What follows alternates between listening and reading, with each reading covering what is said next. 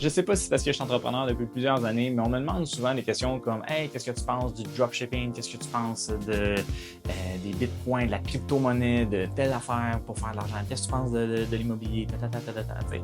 Et ce que je me rends compte, c'est souvent en plus les mêmes personnes qui viennent me voir. Et ce que je me rends compte, c'est qu'ils sont tout le temps en train d'essayer de copier puis de chercher des façons de faire de l'argent. T'sais. Mon opinion par rapport à ça, c'est que quand tu y penses, tu as juste besoin d'une bonne idée. T'sais. Dyson a genre essayé une balayeuse, ça l'a frustré parce qu'elle fonctionnait pas bien. Après ça, il a passé les 5 prochaines années de sa vie à juste figure out la meilleure façon de faire une balayeuse ever, t'sais. Et pour moi, ma première compagnie, c'était la même chose.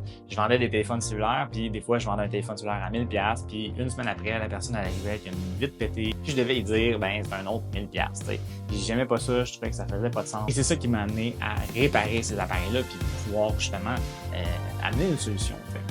Donc, pour moi, ce que je retire de tout ça, c'est que c'est bien mieux de focusser peut-être 1 an, 2 ans, 3 ans à figure out des problèmes que tu as déjà eus et leurs solutions, ou bien des problèmes que tu as et trouver des solutions, et après ça, pouvoir offrir ça. Parce que si tu y penses, passer 3 ans pour trouver une business qui va faire des millions de dollars par la suite, c'est un bon rendement tant qu'à moi.